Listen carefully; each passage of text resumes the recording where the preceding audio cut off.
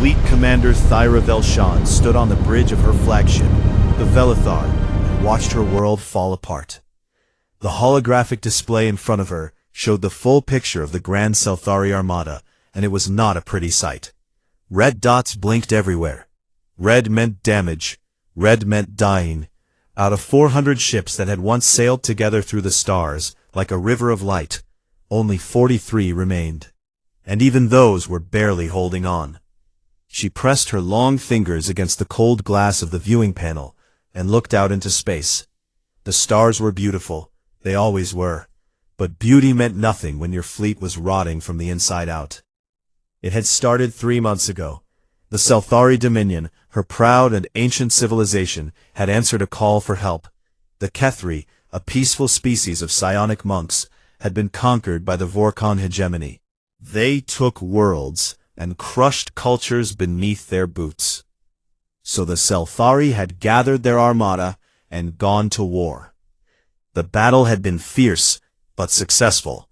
The Selthari fleet broke through the Vorkon blockade and freed the Kethri homeworld. There was celebration, there was hope, but in the final moments of the battle, something terrible happened. A Vorkon high priest, a practitioner of the forbidden art known as rift weaving, had stood on the bridge of his burning ship and performed one last act of spite. He reached into the dark spaces between dimensions and pulled out something that should never have been touched. He wove it into a frequency, a signal, a living curse, and he sent it screaming through the Selthari fleet's quantum communication network before his ship exploded and took him with it. At first, no one noticed. The fleet celebrated its victory and began the long journey home. But within days, things started to go wrong. A door that would not open. A navigation screen that showed the wrong stars. A light that flickered for no reason. Then bigger things. Engines that stalled in the middle of warp jumps. Weapons that fired on their own. Life support systems that forgot how to make air. And then the worst part began. The hallucinations. Crew members started seeing things. Terrible things. Their deepest fears played out in front of their eyes like cruel theater. Some saw their families dying. Some saw themselves alone in endless darkness. Some saw things that had no shape or name. Things that simply made them scream.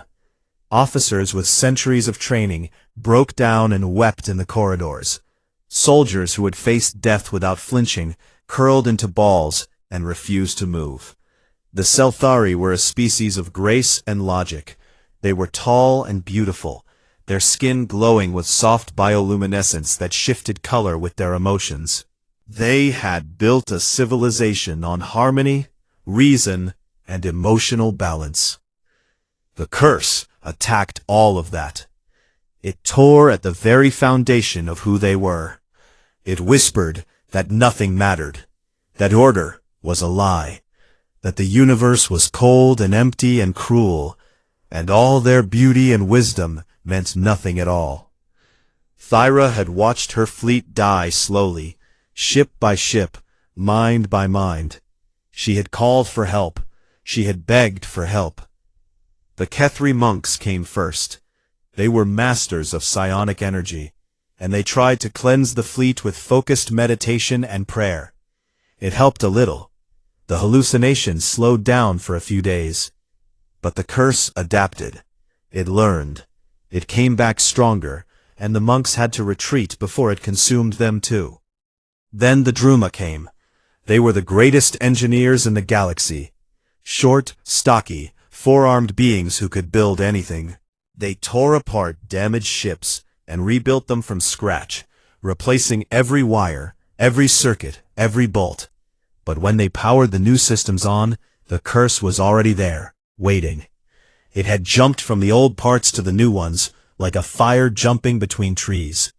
The Druma left in frustration, muttering that this was not an engineering problem. The Ixvalani tried next.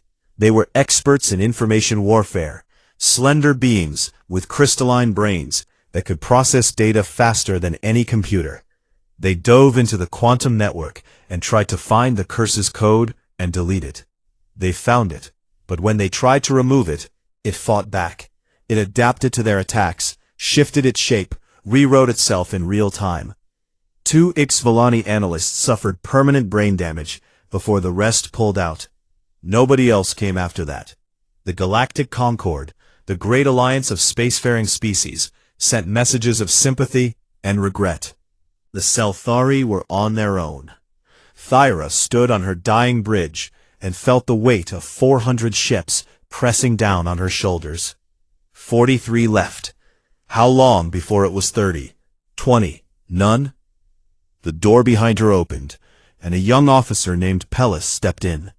He was barely old enough to serve, his skin still glowing with the bright blue of youth.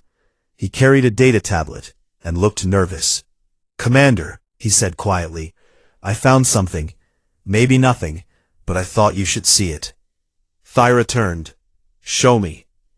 Pellis held up the tablet. It showed a species profile from the Concord database. The entry was short, almost dismissive. A species from the far edge of explored space, newly contacted, not a member of the Concord.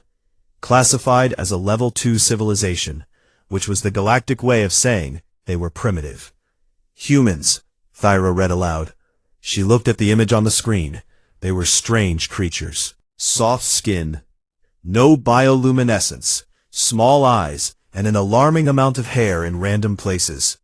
Their technology was crude compared to the Selthari. Their ships were ugly. Their history was full of war and chaos and self-destruction.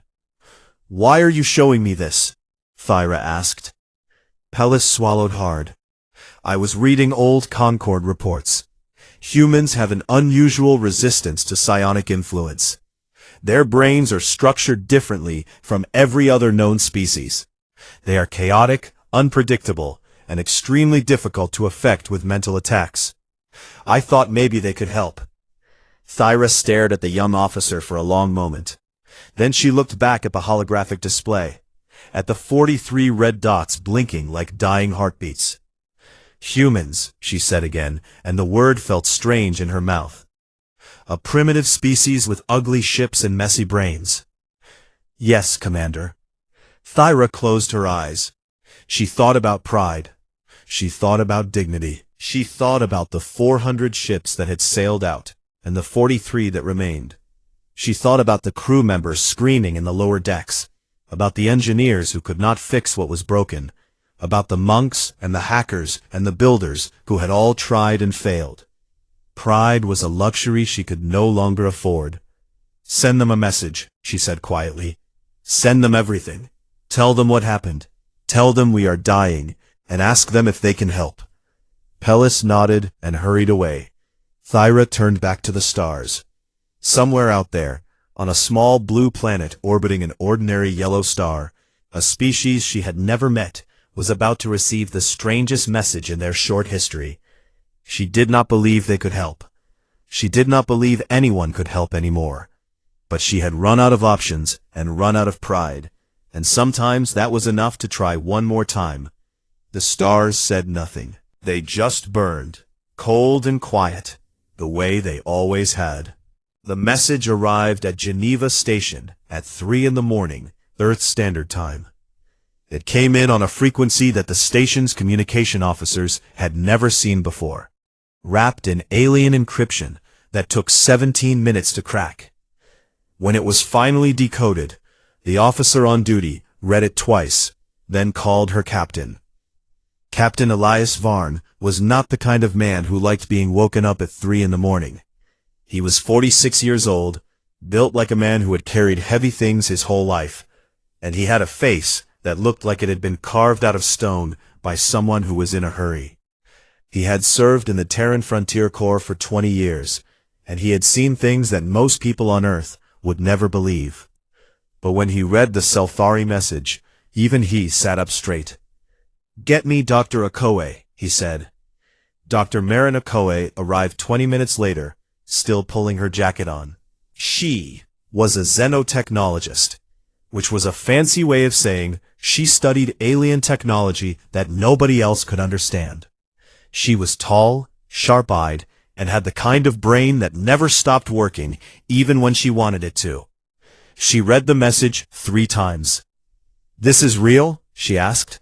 "The courier ship is sitting in our docking bay right now," Elias said. "Half its systems are dead.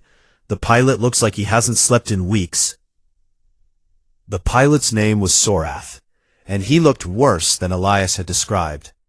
He was Selfari, which meant he was tall and thin, and his skin was supposed to glow with soft light. But his glow was dim, almost gone, like a candle about to go out. His eyes were hollow, and his hands shook when he spoke.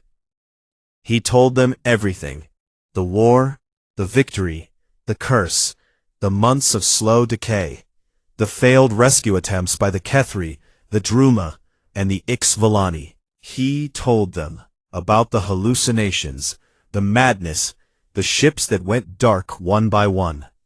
He told them about Commander Thyra, standing alone on her bridge, watching her fleet die. "We have asked everyone," Sorath said, and his voice cracked. "No one can help. The Concord has given up on us. We come to you now because there is nowhere else to go. I understand if you refuse. You owe us nothing. Our people have not always been kind to yours." That last part was true. The Selfari, like most species in the Galactic Concord, had treated humans as newcomers, children playing at the edges of a game they did not understand. Humanity had only been traveling between stars for about 200 years. In a galaxy where civilizations measured their history in tens of thousands of years, that made humans practically babies. The Concord species had been polite, but dismissive. No one expected much from the strange, loud, chaotic creatures from the little blue planet. Elias looked at Sorath for a long moment. Then he looked at Marin. "What do you think?" he asked. Marin was already scrolling through the data that Sorath had brought with him. Scans of the curse's frequency, technical readouts from the failed repair attempts, medical reports on affected crew members. Her eyes moved fast, and her fingers moved faster. "I think this is the most interesting thing I have ever seen," she said, without looking up. "And I think we should go." Elias nodded. He had already made his decision before he asked the question. That was just who he was. Within 6 hours, the word had spread through Geneva Station and down to Earth. A dying alien fleet was asking for help. The Galactic Concord had given up, and somehow, impossibly, the call had come to humanity. Volunteers stepped forward faster than Elias could count them. Engineers who specialized in alien systems, field medics trained for extreme environments, communication experts, soldiers from the Frontier Corps who were bored of peacetime patrols and hungry for something meaningful, psychologists who studied alien minds, programmers who had spent their careers breaking codes that were not meant to be broken, and, to the confusion of almost everyone, musicians. Marin had specifically requested them. When Elias asked why, she had given him an answer that made no sense at the time. "Because the curse is not a weapon," she said. "It is a song, and you do not fight a song with silence. You fight it with a louder song." She explained her theory in a briefing room packed with volunteers. The curse, she said, was not like any weapon the galaxy had seen before. It was not a virus in the traditional sense. It was not a computer program or a psionic attack. It was something in between. A mimetic virus. It spread not through blood or data, but through meaning. It attacked the way a mind understood the universe.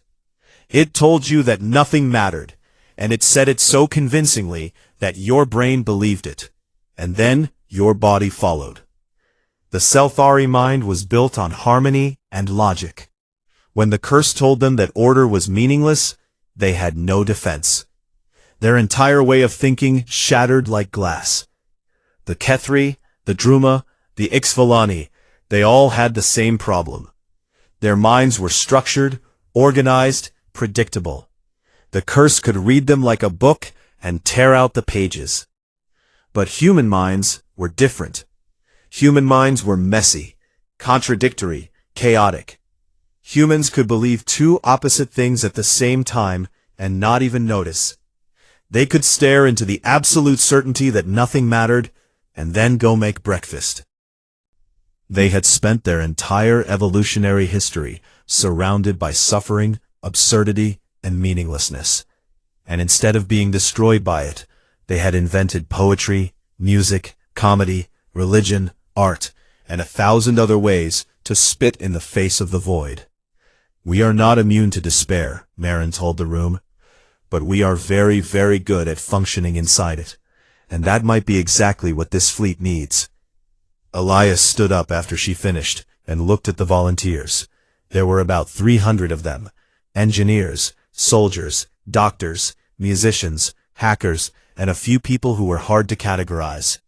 They were not the galaxy's finest. They were not ancient or wise or powerful. They were just human. Here is what we know, Elias said. An alien fleet is dying. They came to us because no one else could help. They did not expect us to say yes. Some of them probably do not even respect us. But they are in pain, and they asked, and that is enough. He paused and looked around the room.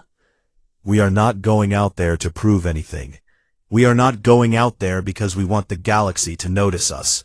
We are going because someone is hurting, and we can try to help. That is what we do. That is what we have always done. The room was quiet for a moment. Then someone in the back started clapping, then someone else. Within seconds, the whole room was on its feet. 2 days later, the human fleet launched, 12 ships in total. They were small, boxy, and covered in patches and repairs. Next to the elegant curves of Selthari design, they looked like tin cans with engines strapped on. Sorath, watching from the observation deck of Geneva Station, felt something he had not felt in a long time. He could not name it. It was more like curiosity, mixed with something warm. The human ships jumped to warp, and the stars stretched into lines of light, and 300 humans hurtled across the galaxy toward a fleet of aliens who had run out of everything except one last chance. Marin sat in her cabin aboard the lead ship, studying the curse data on her tablet. She had not slept since the message arrived. Her coffee had gone cold hours ago, but her mind was on fire with possibility. She could see the shape of the curse now, the way it moved, the way it thought, and she was beginning to see something that no one else had seen. A way to beat it. She just hoped they would arrive in time. The human fleet dropped out of warp, and for a long moment nobody on the bridge spoke. Captain Elias Varn had prepared himself for something bad. The reports had been grim. The data had been ugly. But seeing the Selthari armada with his own eyes was something else entirely. The ships hung in space like wounded animals. Their hulls, once smooth and shining, were covered in dark patches where systems had burned out. Lights flickered on and off in random patterns, as if the ships were breathing their last breaths. Some were listing to one side. One had a long crack running down its center, like a bone about to break. That is the fleet that freed an entire planet, Elias said quietly. Not anymore, said Marin, standing beside him. Her face was calm, but her eyes were sharp and busy. She was already scanning, already thinking. The docking process was slow and careful. The Selthari flagship, a Velithar, opened its bay doors with a grinding sound that should not have been there. The human shuttle landed on a surface that was supposed to be smooth, but was now warped and cracked. The air inside the ship smelled wrong. It smelled like metal, and something sweet, and something rotten, all mixed together. Commander Thyra was waiting for them. She was tall, easily a head taller than the tallest human in the group. Her skin, which was supposed to glow with soft blue-white light, was dim and gray, like a screen with the brightness turned way down. Her eyes were tired. Not just physically tired, but tired in the deep way that comes from carrying weight for too long without rest. She looked at the human team as they stepped off the shuttle. 300 of them, dressed in their plain gray uniforms, carrying heavy bags of equipment. They looked small, next to the Selthari corridors. They looked, Thyra thought, completely unprepared for what they were about to face. "Welcome aboard the Velithar," she said in a voice that was perfectly polite and completely without hope. "Thank you for having us," Elias said. He extended his hand.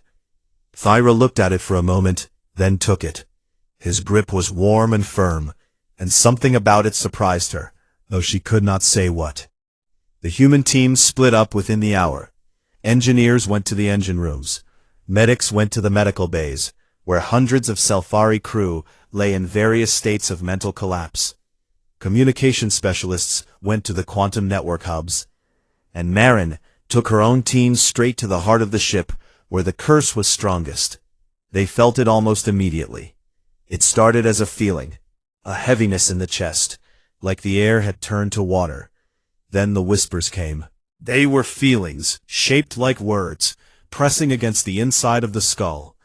They said things like, "You are nothing, and none of this matters, and you are alone, and you have always been alone." They were very convincing. Sergeant Kofi Asante was the first human to reach the deepest corridor of the flagship, a long, dark hallway where the Selthari had stopped going weeks ago because the hallucinations there were too strong. He walked in with his flashlight and his toolkit, and within 30 seconds, he saw his mother's face floating in the darkness, telling him she was disappointed in him. Then he saw himself as a child, sitting in an empty room, and the room was getting smaller. Then he saw Earth cracking apart like an egg, and felt a wave of grief so powerful it nearly knocked him to his knees. He stood there for a moment, breathing hard. Then he shook his head. "Nice try," he said out loud to the empty corridor. "But you are going to have to try harder than my ex-wife." Two of his team members laughed.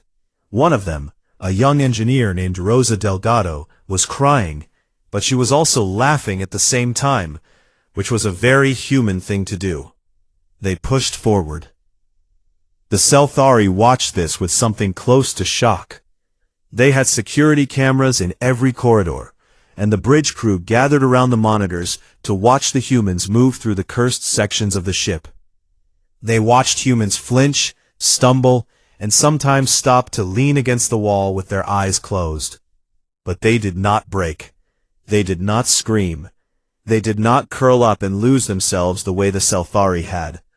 They just kept going. One human was humming a song while she rewired a damaged power junction. Another was telling jokes to his partner while they carried equipment through a hallway filled with invisible whispers. A third was arguing about a sports game that had happened weeks ago, completely ignoring the hallucination of a burning city playing out on the wall beside him. "How?" Thyra whispered, watching the monitors. "How are they doing this?" "I do not know," said her first officer, a veteran named Kellen, who had served with her for 30 years. His skin was flickering between gray and faint purple, the Selthari sign of deep confusion. "They clearly feel it, but they just keep moving." Thyra watched a human woman on the screen. The woman had tears running down her face, and her hands were shaking. But she was still working, still connecting wires, still checking readings, still doing her job. It was as if the despair and the work existed in the same space inside her, and neither one could cancel the other out. It was the most alien thing Thyra had ever seen. Marin Okoye was deep inside the quantum network hub, surrounded by screens and cables and the soft hum of machines that were slowly dying. She had connected her human equipment to the Selthari systems, and she was mapping the curse from the inside. What she found confirmed her theory. The curse was not just a frequency. It was alive, in a way. It was a self-replicating pattern of despair, embedded in the quantum communication network that linked every ship in the fleet. It fed on structured minds. It read the patterns of a brain, found the things that held it together, the beliefs, the values, the sense of meaning, and it dissolved them, like acid dissolving metal. Every species that had tried to fight it had used the same basic approach. They tried to overpower it with something pure. The monks used psionic clarity. The engineers used clean technology. The hackers used precise code. But the curse ate purity for breakfast. It was designed to destroy order. The more structured the attack, the easier it was for the curse to break it apart. Marin smiled, because she had a different idea entirely. She called Elias on a private channel. "I know how to beat it," she said. "Tell me," he replied. "We do not fight it with order. We do not try to clean it out or overpower it. We drown it. We flood the entire quantum network with the most chaotic, messy, contradictory signal we can create. Human signal. Our music, our voices, our stories, our noise. We pour so much raw, unstructured meaning into the system that the curse cannot adapt fast enough. We do not remove the darkness. We fill the room with so much light that the darkness has nowhere left to stand." There was a pause. "That sounds insane," Elias said. "Yes," Marin agreed. "That is why it might work." She presented the plan to Thyra an hour later. The Selthari commander listened in silence. Behind her, the Druma engineer advisor, who had stayed on as a consultant, made a sound that roughly translated to, "This is the stupidest thing I have ever heard." Thyra ignored him. She looked at Marin. She looked at the screens showing her crew, broken and fading. She looked at the monitors showing the humans, crying and laughing and working and singing in the cursed corridors where her own people had lost their minds. "Do it," she said. That night, the curse seemed to sense what was coming. Across all 43 ships, the hallucinations suddenly grew worse. Systems that had been limping along began to fail completely. 3 ships lost power entirely and went dark. Emergency alarms screamed through every corridor. Marin felt the change in the quantum network. The curse was not just a passive parasite anymore. It was afraid, and afraid things fight harder. She looked at her team. They were exhausted, scared, and surrounded by alien machines they barely understood, on a ship that wanted to kill them, facing an enemy that existed inside the fabric of reality itself. "We have about 12 hours, she said calmly. "Let us get to work." Nobody argued. They just got to work. Because that was what humans did. They got to work, even when the work seemed impossible, even when the darkness was pressing in from every side, even when a small and terrible voice in the back of their minds whispered that none of it mattered. The operation began at dawn, though dawn meant nothing in deep space. It was just a word the humans used to mark the start of something important. Old habits from a species that had grown up under a sun. Marin had spent the night without sleep. Her team had spread across all 43 ships, dragging heavy crates of human broadcasting equipment through corridors that fought them every step of the way. The curse knew something was happening. The hallucinations were constant now, no longer coming in waves, but pressing against every mind on every ship, like a hand squeezing a throat. Lights exploded in corridors. Doors locked and unlocked at random. The temperature on one ship dropped so low that frost formed on the walls. On another, it spiked until the air shimmered with heat. But the humans kept working. They bolted speakers into walls. They wired transmitters into the quantum network hubs. They connected hard drives filled with thousands and thousands of hours of human sound. And they did it all while the ship tried to drive them mad. Rosa Delgado, the young engineer who had cried and laughed at the same time on her first day aboard, was now on her 4th ship. She had not slept either. Her hands were covered in burns from sparking alien wires, and her head ached from the constant pressure of the curse. But she kept going, because that was the job, and the job was not done yet. On the flagship, Marin stood in the central quantum hub and ran one final check. The network was ready. Every ship had at least one human broadcasting station wired into the Selthari communication backbone. The payload was loaded. All she had to do was press the button. She looked at the screen in front of her. On it was a list of everything they were about to pour into the network. It was the most human thing she had ever seen. Thousands of hours of music from every culture on Earth. Classical symphonies and village drums. Jazz and heavy metal and folk songs and lullabies. Recordings of children laughing. Old men telling stories. Women singing while they worked. Comedy routines from nightclubs that no longer existed. Speeches from leaders long dead. Poetry read in 100 languages. The sound of rain on a tin roof. The sound of a crowd cheering. The sound of a mother shushing a baby at 3 in the morning. It was not organized. It was not clean. It was not pure. It was a beautiful, chaotic mess of everything humanity had ever felt and turned into sound. "Ready?" Elias asked over the comm. "Ready," Marin said. "All teams brace yourselves," Elias broadcast to the entire fleet. "This is about to get interesting." Marin pressed the button. The effect was immediate and violent.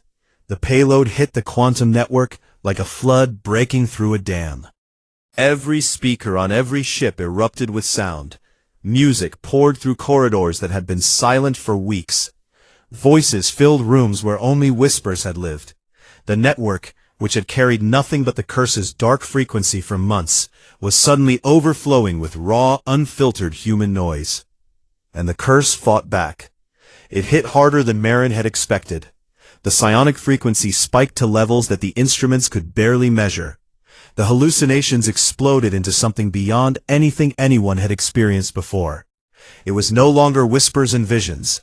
It was a wave of pure despair, a scream from something very old and very angry that did not want to die. Humans and Selthari collapsed across the fleet. People fell to their knees, clutching their heads. Some screamed. Some went silent and still. On the bridge of the flagship, Commander Thyra staggered and grabbed the edge of her console as a vision of absolute nothingness filled her mind. A void so complete that for a moment she forgot her own name. Marin fell against the quantum hub console. Her vision went white. She felt the curse pressing into her mind, telling her that this was pointless, that she was pointless, that everything she had ever done or would ever do was a meaningless accident in an uncaring universe. And for one terrible second, she believed it. Then she heard music.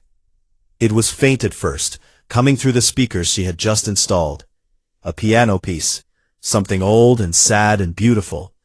Beethoven, she realized, the Moonlight Sonata. And underneath it, barely audible, the sound of someone humming. She grabbed the edge of the console and pulled herself upright. On the lower decks, Sergeant Kofi Asante was on the floor. The curse had hit him with everything it had. He had seen his grandmother die. He had seen his daughter ask why he was never home. He had felt every regret and every failure of his life, compressed into a single moment of perfect agony. He lay there, breathing hard, staring at the ceiling of an alien ship, 1,000 light years from home. The music was playing. He could hear it. Beethoven, and something else underneath. A recording of a street market in Lagos. Voices bargaining and laughing and shouting over each other. He opened his mouth, and he sang. It was not a planned thing. It was not part of the strategy. It was just what came out of him in that moment, a song his grandmother had taught him when he was small. A West African folk song about a fisherman who sailed into a storm and sang to keep himself brave. The words were in Yoruba, and his voice was rough and broken, but it filled the corridor like warm water filling a dry riverbed. Down the hall, Rosa heard him. She was on her hands and knees, tears streaming down her face, but she heard the song, and something inside her answered. She started singing too. A different song, a Spanish lullaby her mother used to sing. Her voice was thin and shaking, but it was there. On another ship, a human medic named James started humming. Then a soldier named Priya began chanting a Hindu prayer. Then a musician named Tobias, who had been carrying a guitar across the galaxy for exactly this reason, started playing. One by one across 43 ships, the humans started making noise. Not coordinated noise, not rehearsed noise, just sound. Raw, messy, contradictory, stubborn human sound. Some sang, some talked, some simply shouted into the dark. It was not beautiful. It was not harmonious. It was desperate and rough and real. And then something unexpected happened. The Sci-Fi started to join in. It began on the flagship. A young officer named Pellis, the same one who had first suggested calling the humans, heard Kofi singing through the ship's speakers. He did not understand the words. He did not know the melody.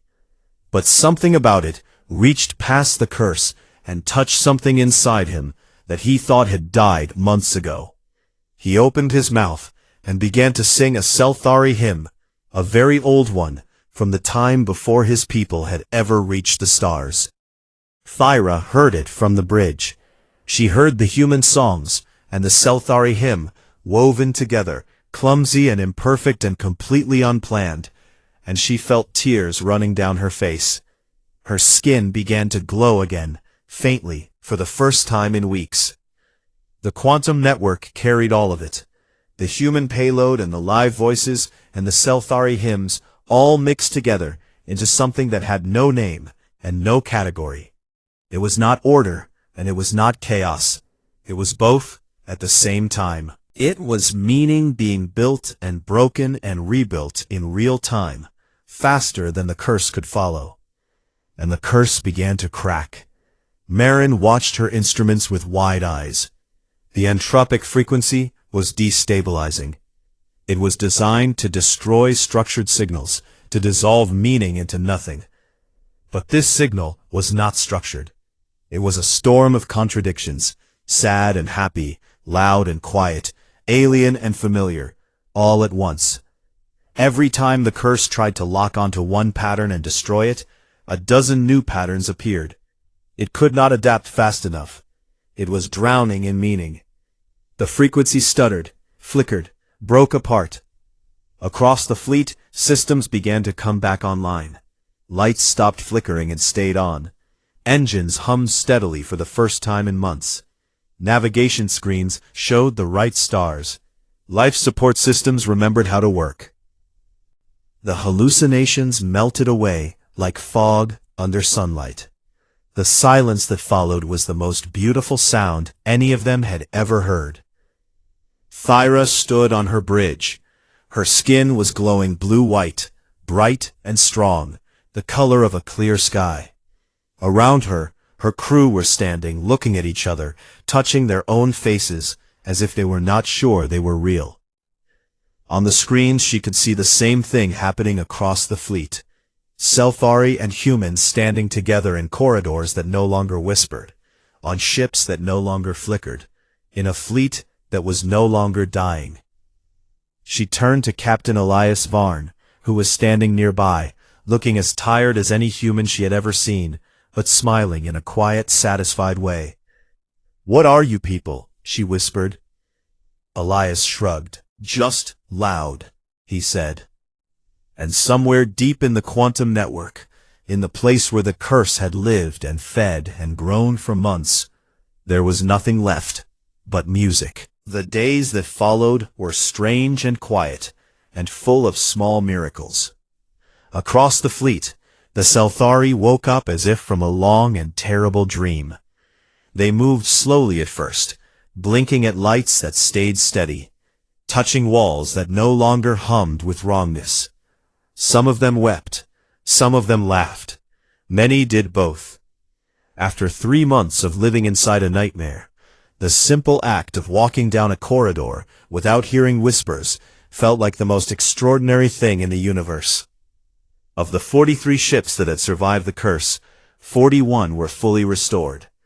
The quantum network was clean, the systems were stable, and the psionic frequency was gone.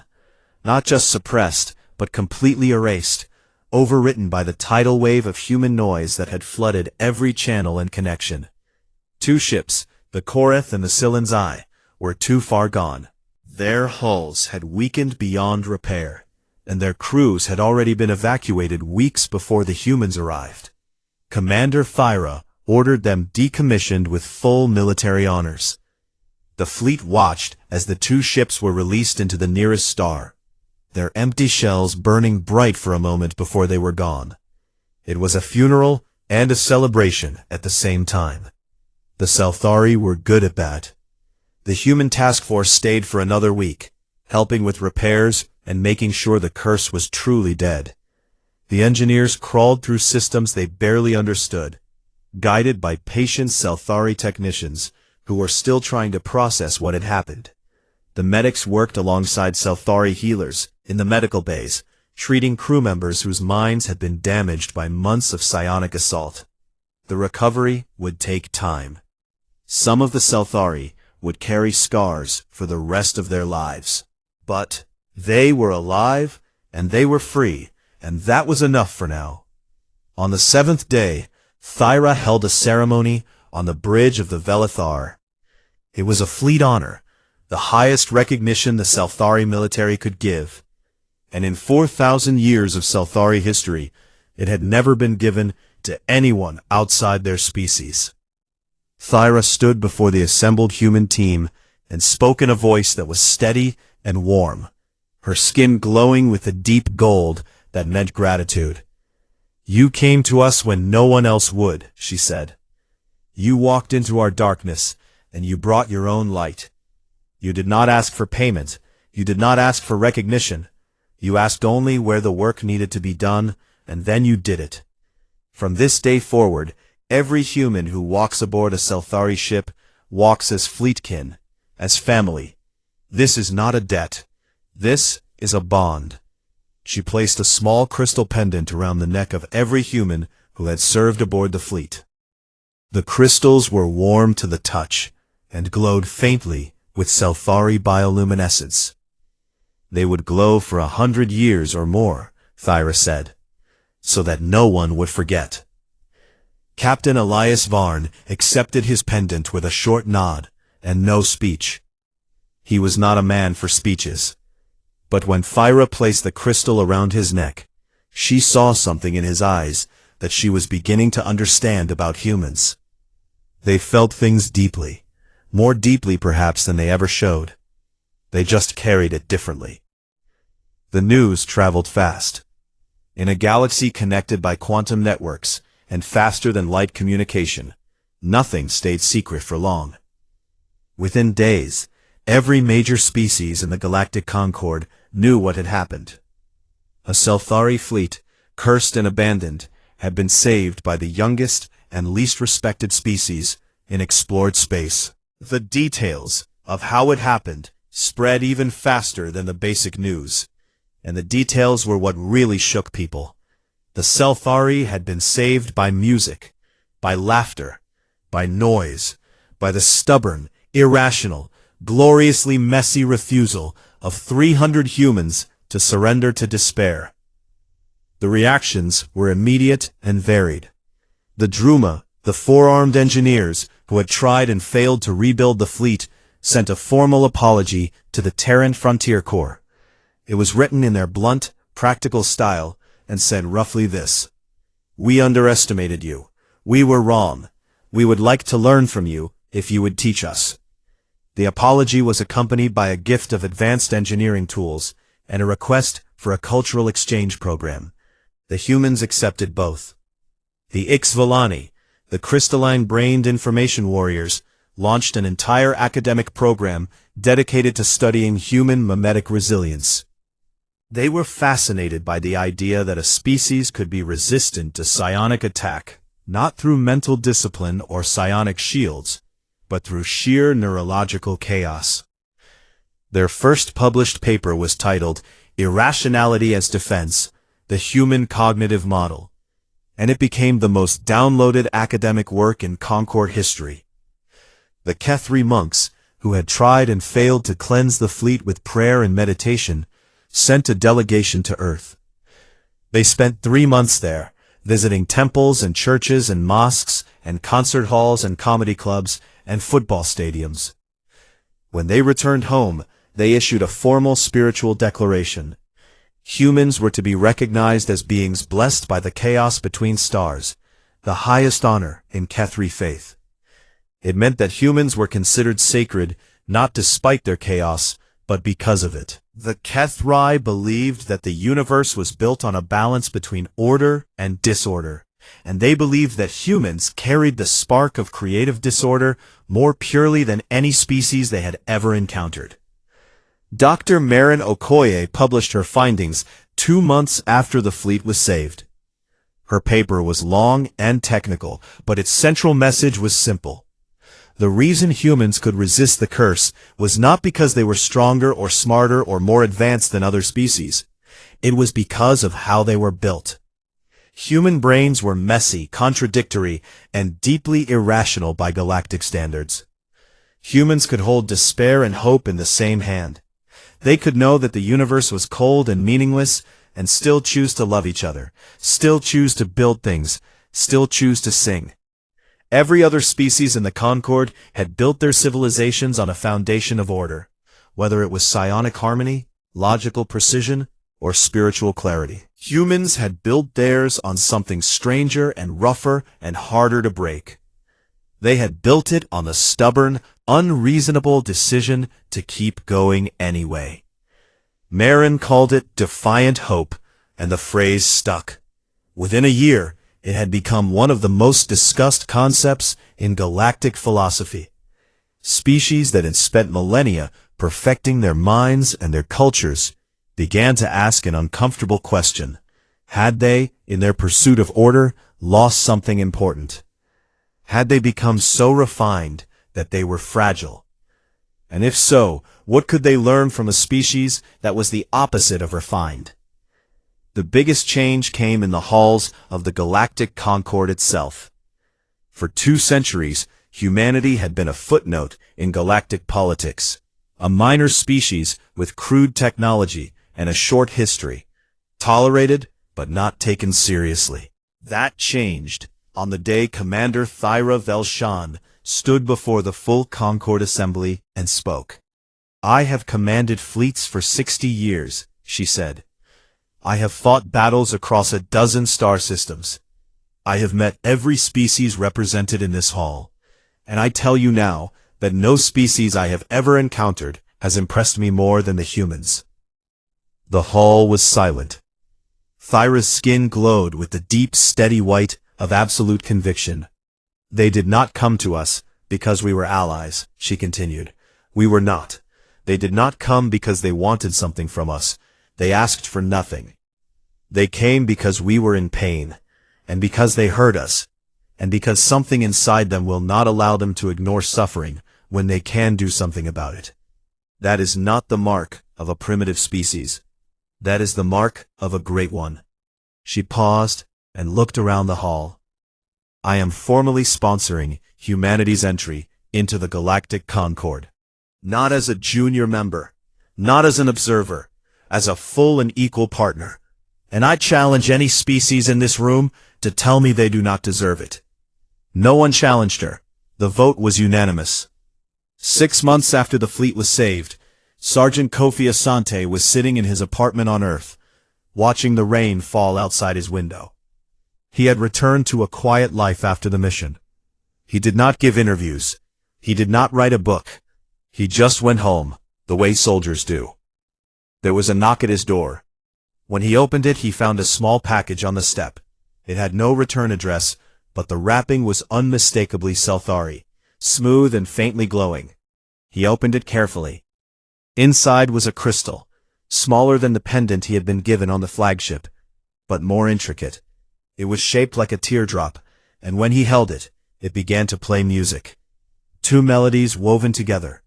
One was a Selthari lullaby, soft and shimmering, like moonlight on water. The other was his grandmother's folk song, the one he had sung in the dark corridor of a dying alien ship, 1,000 light years from home.